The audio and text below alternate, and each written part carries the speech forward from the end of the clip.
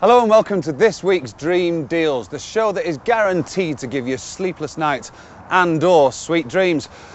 On tonight's show, we've decided to go all out to show you cars that normally only pop stars, footballers and the odd lottery winner can afford, because whilst these cars we'd all love to own them, they cost the same price as your average house. There is no doubt that this company is the most famous sports car manufacturer in the world. So why don't we stop this charade? You can see it's Ferrari. I'm going to close my fat Mancunian mouth while you take a look at these. Ferrari were established in 1929 by the now legendary Enzo Ferrari. His aim at the start was simple: arrange races and support the Alfa Romeo racing team. Surprising to many, however, is that he didn't produce his first car until 1947, the 125. Sometimes life can be a strange thing, eh? One minute in the middle of the night you're wiping the baby sick from your pillow, the next you're getting to mess around with a whole bunch of Ferraris. Absolutely fantastic. The 246 Dino is one of the most famous and distinctive cars in the world ever, period. Even with its somewhat dubious styling by modern standards at least. For a start, just look at the front of the car. Looks like a frog, albeit a very powerful and cute frog. As we move around, the back of the car somehow manages to incorporate sexy curves around the wheel arches and sharp, aggressive lines leading up the roof. It's a strange mix that somehow works to create a car that can still be called sexy yet look so industrious. Now, if you're like me, the prospect of looking at a car's engine is as dull as dishwater, and that's whilst watching Pop Idol. And visually, this engine isn't much to look at by modern standards. Its significance is historic. It's a beautifully clean, as you can see, 2.5 litre V6 mid-mounted transverse engine. Sitting just in front of the back wheels, it gives the car perfect balance.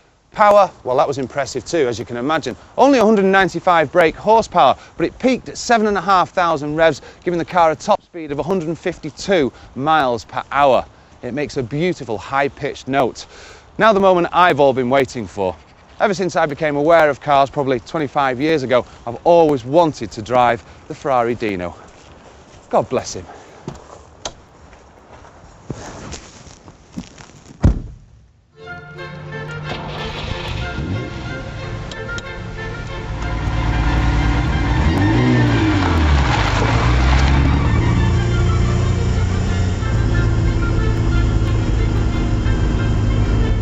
One of the first things you realise when you get into this car is that it is very old.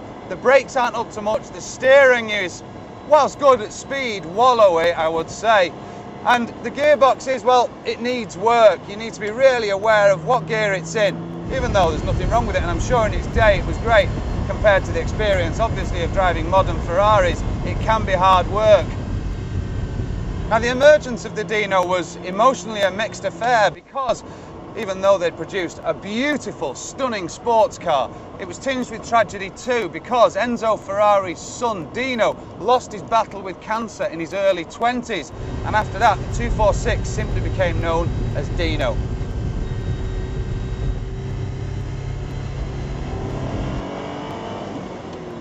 Acceleration on this car for its age is really phenomenal. You have to work hard at it.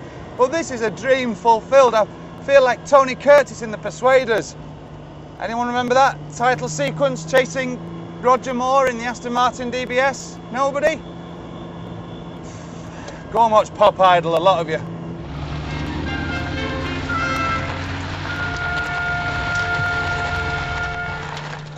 There are very few things, or indeed people, as iconic as a Ferrari Dino. Growing up in the late 70s, early 80s, pictures on the wall alongside Charlie's Angels and the Wombles, a picture of a Dino. All right, it made for some very interesting dreams involving Uncle Bulgaria and Farrah Fawcett, but that's a different matter. No, this Dino is the stuff that dreams are made of.